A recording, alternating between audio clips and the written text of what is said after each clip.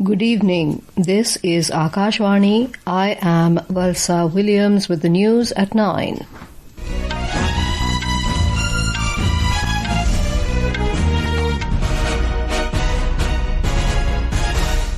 The headlines. Government approves restructuring and extension of PM SVANidhi Scheme for street vendors till 2030. Also clears 4 major railway projects worth over 12,300 crore rupees. Minister of State for External Affairs Kirti Vardhan Singh terms US decision to impose 50% tariff on Indian imports unreasonable and unjustified, assures government will not let the country suffer. Incessant rainfall causes widespread destruction across Jammu and Kashmir, Himachal Pradesh and Punjab. Authorities working to restore essential services. Northern Railways cancel 45 trains in Jammu region. Russia launches massive drone strikes on Ukrainian energy infrastructure across 6 regions. And in sports, India's Anish Bhanwala clinches silver in men's 25-meter rapid-fire pistol event of Asian Shooting Championships in Kazakhstan.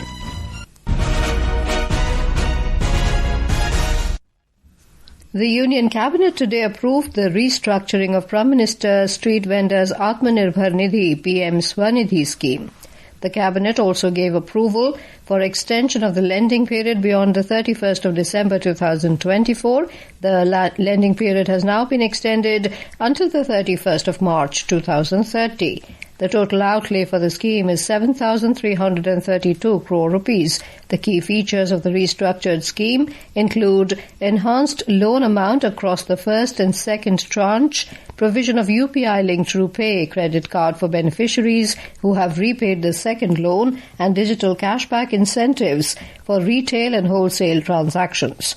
The first tranche loan has been increased up to 15,000 rupees from 10,000 rupees, and second tranche loans increased up to 25,000 rupees from 20,000 rupees, while the third tranche remains unchanged at 50,000 rupees. We have a report. The restructured scheme aims to benefit 1 crore 15 lakh beneficiaries, including 50 lakh new beneficiaries. The scheme's coverage is being expanded beyond statutory towns to census towns and peri-urban areas in a graded manner. The introduction of UPI-linked RuPay credit card would provide immediate access of credit to the street vendors in order to meet any emergent business and personal requirements. In order to give boost to digital adoption, the street vendors can avail cashback incentives up to 1,600 rupees on making retail and wholesale transactions. The government had initially launched PM SVANidhi Scheme on 1st June 2020 to support street vendors who faced unprecedented hardships during the COVID-19 pandemic. With Dipendra, Anupam Mish, Akashvani News, Delhi.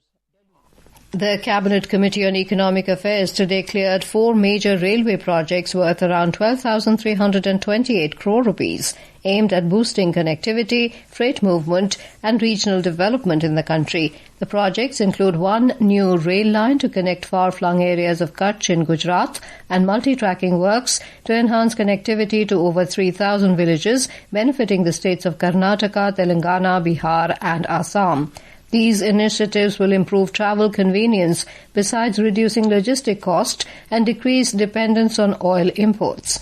The completion timeline for 173-kilometer long Sikandarabad-Sanat Nagar Wadi 3rd and 4th line, having a cost of 5,012 crores, is 5 years. The timeline for the 53-kilometer long Bhagalpur-Jamalpur 3rd line in Bihar is 3 years, for which the cost is 1,156 crore rupees. The work for the 194-kilometer long Fulkating New Tinsukia doubling, with a cost of 3,634 crore rupees, will be completed in 4 years.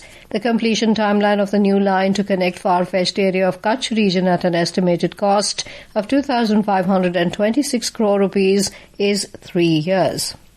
The Cabinet has approved the proposal of the Ministry of Youth Affairs and Sports for submission of bid for the Commonwealth Games 2030. It also gave its approval to sign the host collaboration agreement along with the required guarantees from concerned ministries, departments and authorities, and sanction of required grant in aid to the Gujarat government in case the bid gets accepted. An official release said Ahmedabad is an ideal host city offering world-class stadiums, cutting-edge training facilities and a passionate sporting culture.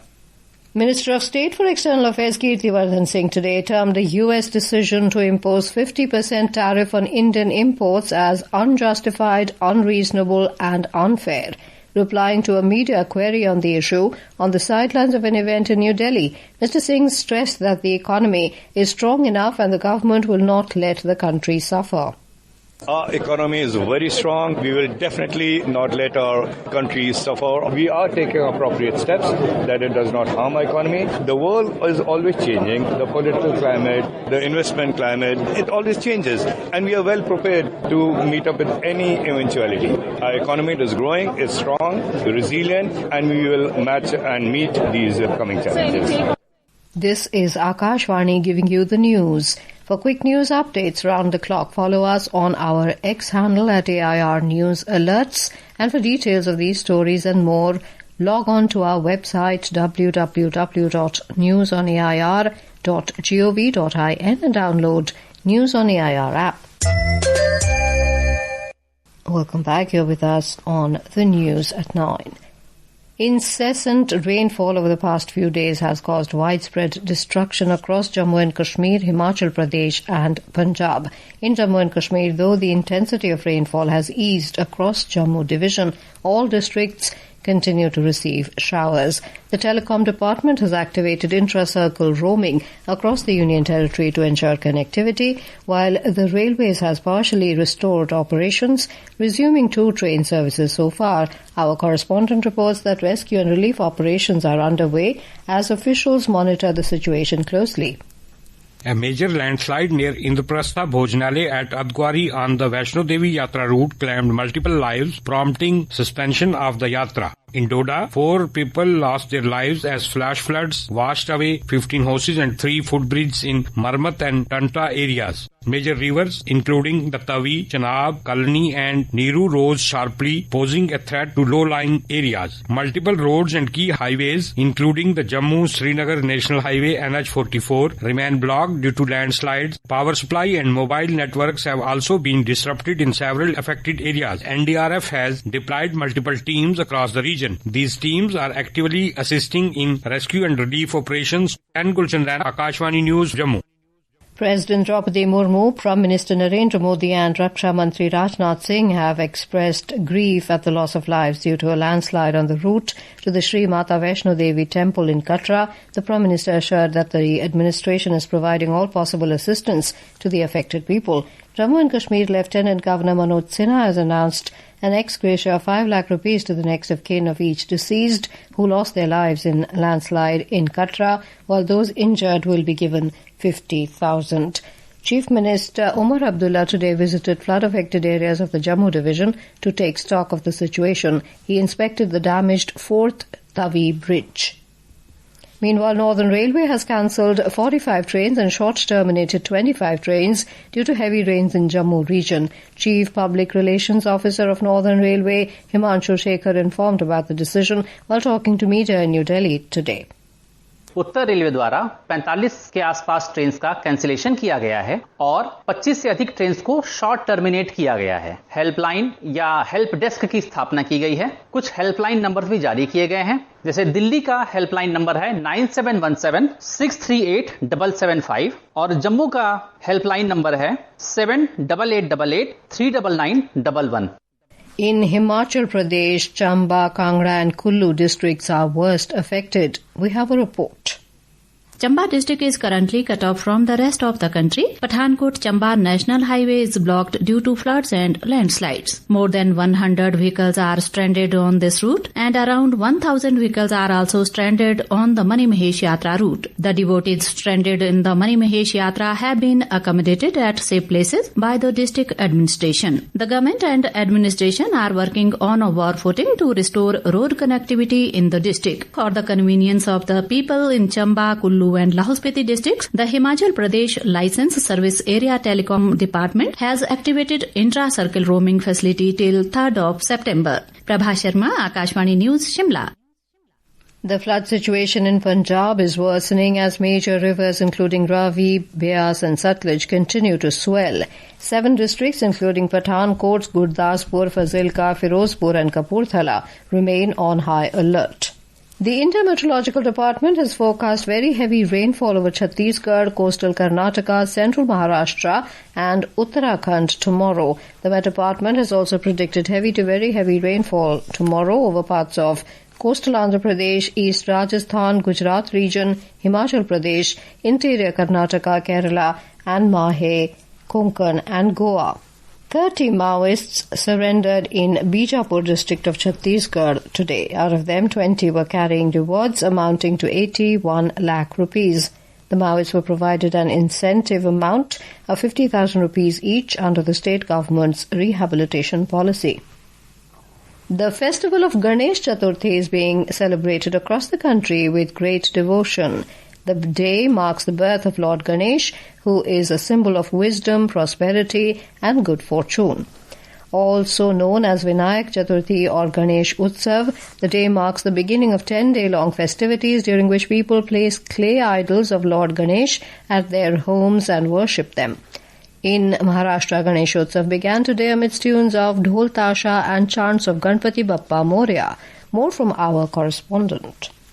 The people of Maharashtra welcome beloved Ganpati Bappa to their homes with great reverence. Devotees, including Bollywood celebrities, were seen queuing at prominent Ganesh mandals in Mumbai, including the Lal Baghcha Raja. The Maharashtra government has officially declared Ganeshotsav as the state festival. As part of the initiative, Bhajani mandals will be eligible for a grant up to 5 crores. Security has been tightened in the city and the suburbs. The BEST has announced special initiatives to facilitate the movement of devotees. The Railways has arranged several special trains during the festival. Prarthana, Akashvani News, Mumbai.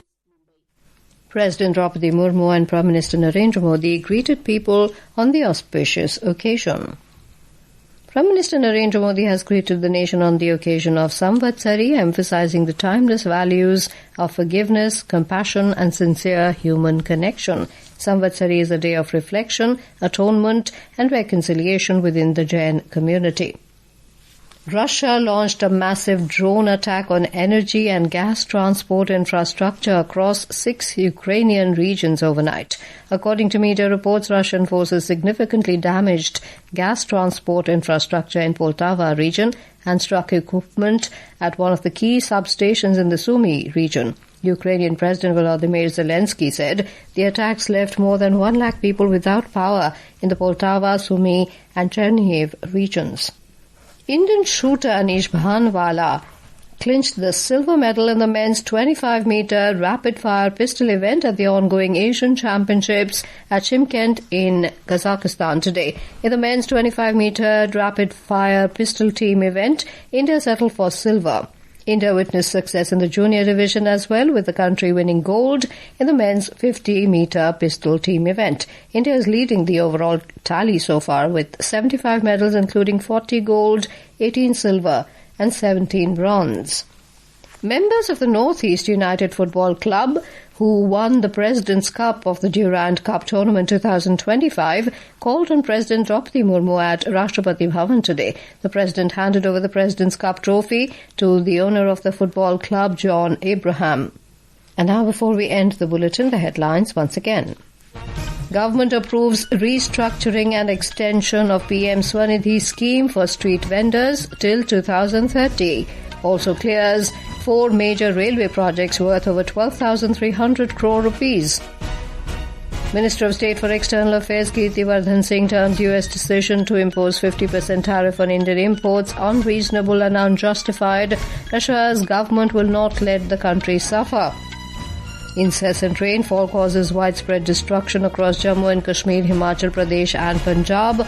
Authorities working to restore essential services. Northern Railways cancel 45 trains in Jammu region.